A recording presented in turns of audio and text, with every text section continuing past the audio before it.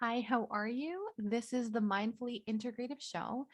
This is Dr. Damaris G. And today we have an amazing guest that I cannot wait for you guys to see and listen to on this podcast. His name is Lodro Rinzler. He is a Buddhist teacher, I think maybe 8 books he's written on mindfulness, meditation, many courses, and he can teach each one of you a mindful way. I say a mindful way in some aspects, but I think he's really one of those true teachers. So I really appreciate you being on this show today. Thank you. My pleasure. Thank you so much for having me on.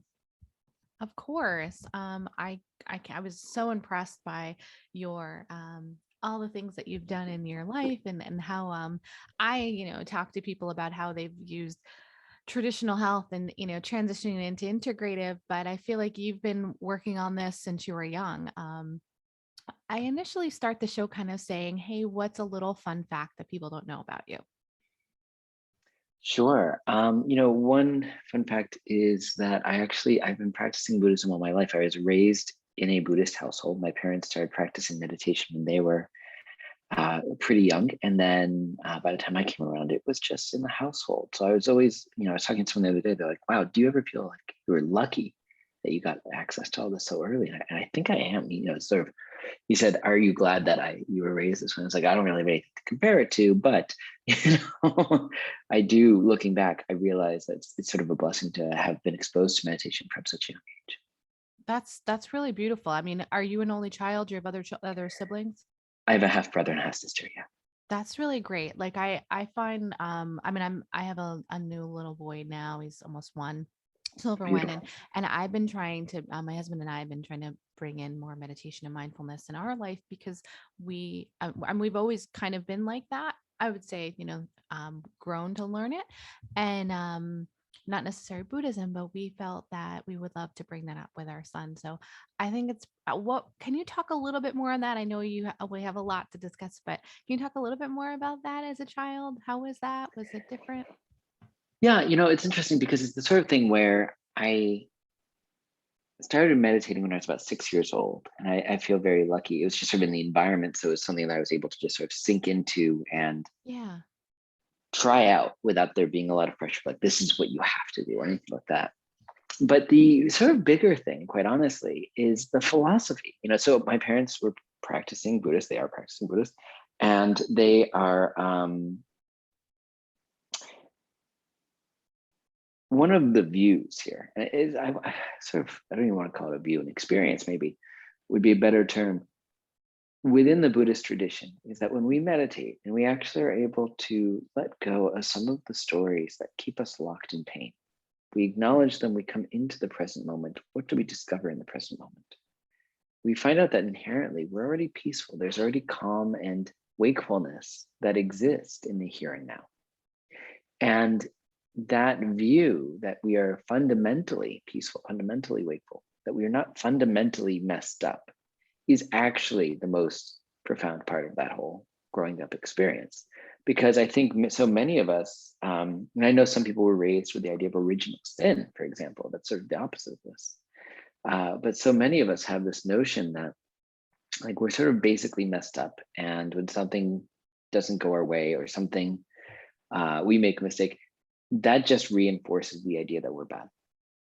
And with the view of what some traditions here would call basic goodness, we are inherently fundamentally good, whole, complete as is.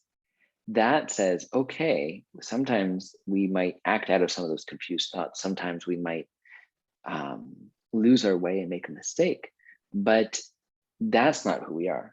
That's our fundamental nature being obscured in that moment. We're actually whole, complete good. And then sometimes we get confused about that. So I think it's just a completely different view. And you have a child, and I know many people who listen here have children. I think it's such an interesting experiment, we could say. What if we took the view with our children or with our nieces or nephews or whoever we have in our life and treated them as fundamentally good and whole and already wakeful? And when things go awry, that's just something that happened. It's not about who they are. it's such a weird fine line that I'm sort of drawing in the sand here, but it really does make a fundamental difference in terms of children's self-esteem, confidence in themselves, and so on. You definitely were raised a good, mindful human, from the beginning. And how did that kind of direct you kind of in your life and transition you obviously into the way that you teach as a Buddhist teachings, but also in your books? Like how did this all kind of come about where you said, I wanted to start writing about what I'm learning, what I've learned? Yeah, I mean, it's a giant leap from there. So I started meditating more regularly in my teens, and then uh, um, in my early, I guess, late teens, 18 or so, I was asked to start teaching meditation by some of my mentors, and attended a meditation teacher training, and then subsequently attended more. By the time I was 25, I mean, so now I've been teaching a little bit here and there for 7 years. At that Yeah. point, I was looking for something. I was looking for a different type of conversation who I had grown up with. Let's put it that way. I Hmm. think there's so many wonderful Buddhist authors there. And at the time I was perusing a book that had already come out many years before from a teacher known as Pema Chodron, who's an excellent, for people who are like, where do I start with meditation and Buddhism, things like that. She's always a good reference and resource there. But I was Yes. looking through it, and the opening story is around her divorce. And I, could relate to some degree because I was going through a big heartbreak at that point, my first sort of like big relationship falling apart. And I was like, the details here are just different. It's not my midlife crisis. It's not my divorce. It's my quarter life crisis. What am I going to do with myself at the age of 25? My first big breakup. And I was like, who's having those sorts of conversations? And I just couldn't find it out there. Hmm. So that sparked me to start the conversation. And that led to me writing more online. And then that led to the first book, which was The Buddha Walks into a Bar, Guide to Life for a New Generation. And I was writing that 10 years ago at this point. That was a long time ago. So actually, how old am I now? So yeah, I only got, that was the inspiration. It took me another 3 years before I actually put pen to paper and was Hmm. under contract to write this book. Um, so I wrote it in my late 20s, and um, then yeah, so that's you asked about the motivation. It's that sort of thing of like, I wasn't having the type of conversations I want to have around Buddhism, specifically how it relates to our day-to-day life. And I think Yeah. Buddhist philosophy, fine, interesting, lovely, but it's that intersection of how does this affect how I show up for the rest of my life? That's where it gets really interesting for me. How do you show up? Yeah. Has it been challenging through the years to kind of write about um, being all the changes that have happened? I know you said you have a new recent book, obviously with the pandemic and the anxiety with that. Each time that you've written a new book, have you found new situational things that have come up to guide you into the right, like to teach a certain, topics? Yeah, I mean, there's an old sort of like this threefold way of looking at how we get into some of the teachings. And it's hearing, meditating, and contemplating. So some people, they can hear something about these teachings and they just absorb it and they just get it. Some people meditate and the understanding of it arises in them after hearing it. They can meditate on it and there it is, it's them. And then some people contemplate it. They say, how does this actually mesh with my life? I always joke that in order for me to actually process any of these things, I have to actually either teach it or more subsequently write a whole book on it. So the actual answer to your question is yes. Like I ended up having to go through, lots of different things in my life that actually inspired me. So like I mentioned the quarter life crisis of what am I going to do with my life, and me navigating that then and sort of learning from that actually led to the second book, which was The Buddha Walks into the Office, like actually not necessarily just mindfulness at work, although that's part of it, but really how do we find and live in our work from a place of intention. And then other books came out of the same sort of thing, and including stuff around book I co-wrote with a friend, Megan Watterson, How to Love Yourself and Sometimes Other People. And then my book right before the most recent one was around heartbreak. It was Love Hurts, Buddhist Advice for the Heartbroken. And right before Oh, we got on the line, I actually was on the phone with someone who had read that book and was just like, they emailed me, and this is actually a chapter in the book, that if you feel this way, you can email me and I will write to you, or I will call you Oh, depending on where you wow. live. And we had a lovely conversation because this person's going through a really tough phase around not actually feeling like they're going to access love again. And just to have even a stranger in this case say yes you will was already a big thing. So sorry, I'm jumping around here, but No, not I at think for all. Don't feel, me, do not be sorry. the idea of like now having written a book on heartbreak and trying to be there for people who are going through heartbreak, it came out of my own like deep period of heartbreak and life falling apart, and within a short period of time, broken divorce and losing my job and my best friend dying and then my father dying. It's just like all of the things happened at once, and coming out the other end um, is that element of what did I learn? I was actually talking with my wife about this last night, that um, there's this old saying around being the like speaking from the scar, not the wound. And the idea here being that it's not like if I was currently going through that period of deep hardship, it would not be appropriate for me to sit down and write a book about it, right? Like I would basically just be venting, like, here's what I'm going through. But to come out the other end, when at some point that some healing has taken place and that Mhm. open wound has closed up, and maybe there's still scar, it's not like it's gone away, but there's still, it's like we can speak from that. It's like, here's, now that I've healed, I actually know how to navigate this sort of thing. That's where it actually gets really interesting. What did we learn from these things? I love that. I mean, I can definitely resonate and um understand where you're coming from, because I'm thinking about my own stuff and going, oh wow, you think you've come to the other end of it, or how do I teach others, or how do I just teach myself? Um, I feel like I'm sometimes in that mindful moments, but then I'm also contemplating, and then I go back, and it's probably a steadiness. Are there anything that you'd like to discuss in story wise? I mean, that you've in one of your books, or that you'd like to share with us today? Yeah, which book would you like to go? Because I mean, Oh, as it we talked about, doesn't. the most You know recent what? one is So the most anxiety. recent one is obviously, what is that do with the pandemic? Yeah, so the most recent book is called Take Back Your Mind, which is Buddhist advice for anxious times. And that was written, it started it shortly before the pandemic. And then I sort of accelerated the writing process during the pandemic because it just felt like that was something that we needed right now. Yeah. At this point, I run online meditation community where there are, people from all over the world that practice with me and study these teachings. And I over need again, to I was just practice getting with these. you. I You're do. welcome to I join. love meditation. I love it. I've been, but I can't wait to check you out more. So keep Um, going. yeah. So the thing that I was seeing over and over again, particularly what is it, March of 2020, I'd meet with meditation students and they would say, like, so when do you think this is going to be over? And it was this sense of um, not like I would somehow know, like somehow my years of meditation teacher training experience has been translated into like being, a scientist or anything like that. But it was just like looking for reassurance. And I think a lot of the things that we ended up um, discovering during that time is that no one really knew what was going to happen.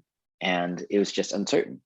And as meditation practitioners, we have this chance then to work with uncertainty. Like, could we start to become comfortable with that uncertainty? Because there will always be uncertainty in our life. Hmm. This is not the, Yeah. we've had anyone who's gone on a first date and wondered if they were going to text you back, that's uncertainty.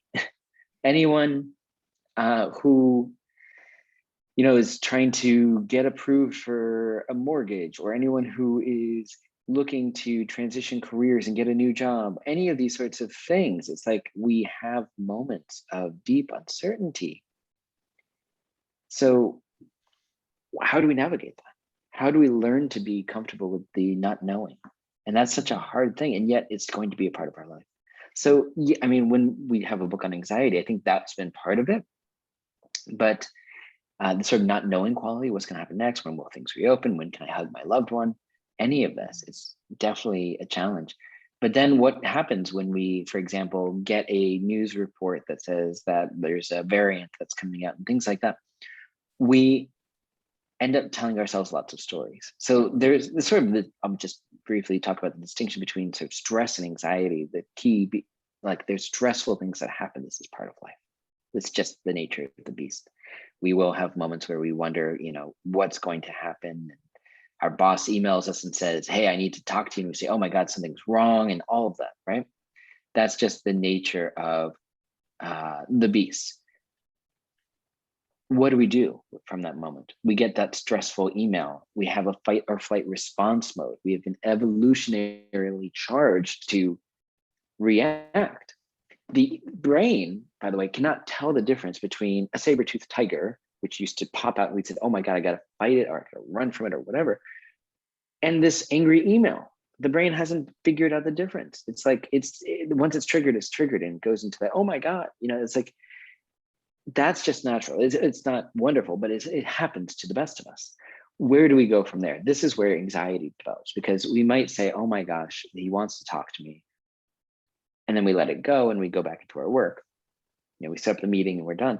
Or we spend every waking moment between now and when we sit down with them saying, maybe it's this, maybe it's that, maybe it's this thing that I didn't even know he knew about. It just goes on and on.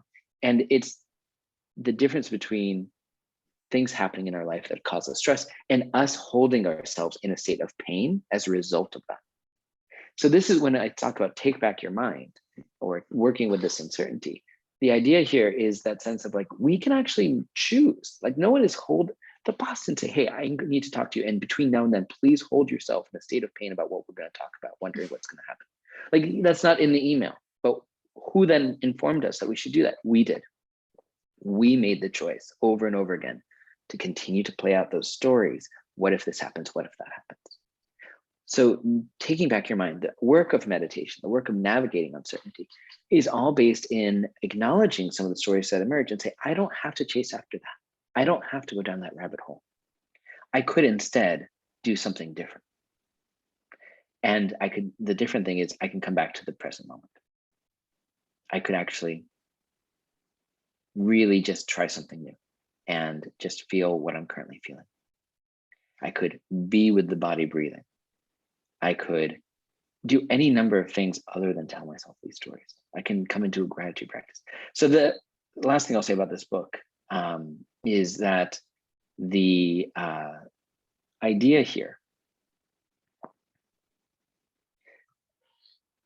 is that we are constantly making choices, and that we could train the mind through meditation and through on-the-spot techniques, things that we could just do as part of our day-to-day life, to make better choices, to make choices that actually feel more meaningful to us. I could not agree more with trying to like have a meaningful moment. As I say it lightly, but it's a lot deeper than when I say mindful way. I say it lightly, but it's obviously more than that. Would you like to touch a little bit more on another, out of all your books and teachings, was there a Sure. time that was the most, maybe not necessarily the hardest, or the most necessary book to write? Yeah, it's a good question. I know it's not part of everything but just wondering. No. This is a great question. I mean, the two that just feel most relevant at this time would be the last two. So, I Yeah. think the anxiety book was just because I will admit, and I actually say this in the book itself, that I struggled with anxiety throughout my life. It makes it sound, I mean, you said, oh, how lucky that you've been mindful of your life. I had Yeah. tools at my disposal to work with my mind. Whether I always applied them in my day-to-day life is mixed bag. Sometimes I did, sometimes I didn't. So I was someone who has struggled with anxiety throughout my life. But as I mentioned earlier, it's like even just sitting down and be like, let me list all the tools that have helped me, actually ultimately made me apply them more and more. And I feel Right. Right. much better about my relationship with it than I ever have before. So I do think that was helpful. But then the heartbreak one, because the heartbreak one is like, I mean, I really just put myself on the table there, that, there was this period of time where I very much, as I said, everything really fell apart. And it was that gaping wound. It was that sense of like, I was not myself for 2 years because of all the things that happened. And, I think it was just sort of, I was a shadow of my former self, I'll say. And then took me that time to sort of heal from the various things that happened and the various ways I felt heartbreak. And then I was able to actually share about it. But it was a real process for me to get there. Right. It's beautifully said. I feel like you're talking in a way of like the love hurts, but now you've come into this place of like self-love and this other side. It's hard to always look and have the self, like bringing back that self, like love to yourself after you've had all that heartbreak or and such. Um, do you have more that you'd like to share with our audience that's coming up with I know that you've written so much and you have a lot of courses and such. Is there things that are coming up in the next month or two, or just anytime that anyone can reach you? I'll have them in the show notes too, but Sure. that you'd Yeah, no, like I'm to share, happy to. or just another story. Yeah, I mean, it's funny, I was worried for a second that you were going to be like, when's the next book? Because honestly, I don't know if I have another one in me right now. Oh But I think no. I'm this, I'm just trying to write my own. I'm trying to write one, maybe two, like a collaborative one and one myself. And I can only imagine how much it takes because I'm having a struggle myself. So I want to read your yeah, book just to get myself some mindfulness. So yeah. and Thank you yeah, for no, that. no. Yeah, no, I appreciate it. Yes, but I right now I'm focusing on a lot of things. In fact, I'm actually going to be offering a course based on the book called Discovering Goodness in Our World. That's a free course that actually anyone can sign up for on my website. And it starts in October. Oh, And the idea love it. I here can't wait. I'm is, gonna put that on in the notes. I'm putting everything in the notes so everyone can reach you at any time. And then when is that one starting? yeah, so that starts in October. And again, it's totally free. If people want to follow along in the book, they can purchase the book. And it's based in the idea that you and I talked about earlier, that even from my childhood, that sense of, Mhm. do we realize, could we actually apply meditation to the extent that we discover a sense of goodness within ourselves? And could we make more of a relationship with that? And then could we begin to view the world through the lens of that goodness? There's so much, um, aggression. There's so much fear mongering. There's so much just divisiveness happening in our world right now. Setting aside, I mean, right now as you and I are recording, there's the word divisiveness. It doesn't necessarily capture the visceral quality of what's happening in Afghanistan, in New Orleans, in Haiti. I mean, there's Oh, really so much suffering going on in the world. It's hard to view the world through the lens of goodness as opposed to through the lens of fear, poverty mentality, all of these sorts of things. So I think we'll be experimenting with that. I think it'll be a really lovely course for us to sort of play with how we view the world and how we can show up from not a place of like anxiety, but from a place of wholeness, so that we can be of the most benefit to the world around us. well, So I that's will. a better description. I should probably have, written that down as I said it to put it on the website, because I don't know if it's actually Well, clear. I'll have the transcript notes, so don't worry. I can always send you That's the very transcript kind. notes if you need any extra notes on that. So don't worry on That's that. very sweet. And I'll have the show notes too. So a great way to reach you. Do you have, just Yeah. before that we go, I know that you have many teachings, but one, as I say, mindful way that you can send off to the audience and those watching, just a little dharma from you, a little small. Yeah. I mean, I feel Not like like the whole to thing, but a little something. sure. The main practice that's in the books, total, any of the books really, is known as shamatha or calm abiding meditation, but it's commonly referred to here in the West as mindfulness practice. So we're just becoming mindful of the breath, and that is something anyone can do, to take an upright and relaxed posture, to connect with the body breathing in its natural state, no need to change. And then we notice these thoughts come up, the anxiety thoughts, the thoughts around what if. We acknowledge them and we come back to the breath. It is a very straightforward practice. I think it's helpful to do courses and things like that, connect with teachers live, to get going with the practice, because sometimes it's hard and we need extra support. But it's a very simple practice when we get into it. And even when we find lost in really strong what if stories, anxiety stories, it could be helpful just to take 3 deep breaths in through the nose, out through the mouth, nervous system, to break from that story for a time that helps us enter the present. Crush. Well, thank you so much for your time today. My pleasure, really. Thank you so much for having me on. And I look forward to speaking to you again and having you on the show again, or maybe in our conference, and maybe we'll do a collaborative something. So I I love that. really look forward to you having on the Mindfully Integrative show. And thanks again for your time. My pleasure. Thanks so much. All right. Bye bye.